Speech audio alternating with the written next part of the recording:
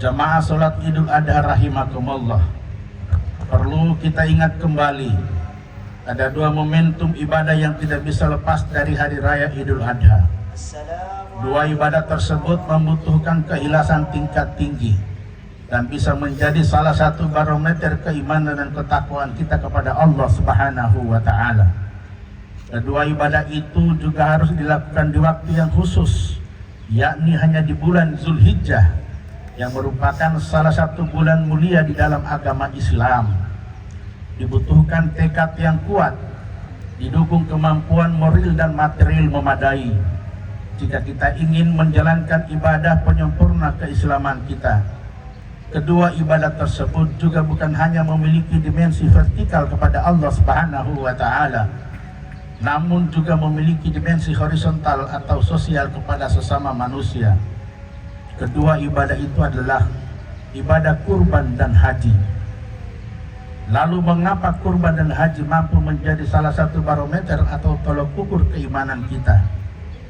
Ibadah kurban dan haji membutuhkan keyakinan dan keikhlasan serta kepercayaan secara totalitas. Bisa kita temui dalam kehidupan sehari-hari. Orang yang memiliki harta banyak namun tidak terpanggil hatinya untuk menjalankan perintah Allah dengan berkurban dan berhaji. Sementara banyak orang yang kurang mampu namun memiliki keyakinan dan tekad yang kuat untuk menabung sedikit demi sedikit agar dapat berkurban dan berhaji. Jika tidak dilandasi dengan keimanan yang kuat, rasanya akan sulit untuk dapat melakukan perintah berkurban dan berhaji. Tentu keraguan bisa saja datang, misalnya karena bayang-bayang uang kita akan berkurang untuk membeli hewan kurban. Padahal jika kita beriman secara total, kita yakin Allah akan mengganti dengan yang lebih banyak dan besar dari apa yang kita keluarkan.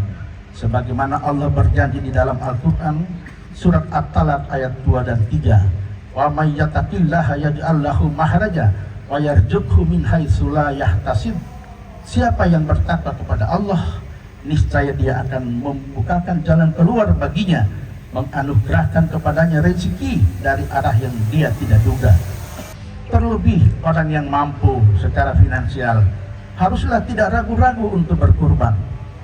Rasulullah pun mengingatkan orang yang mampu namun tidak mau berkurban dalam hadisnya, man wajada sa'atan falam yudahi fala yakrabanna musallah.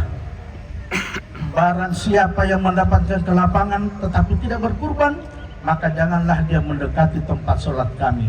Hadis riwayat Ahmad dan Ibnu Majah.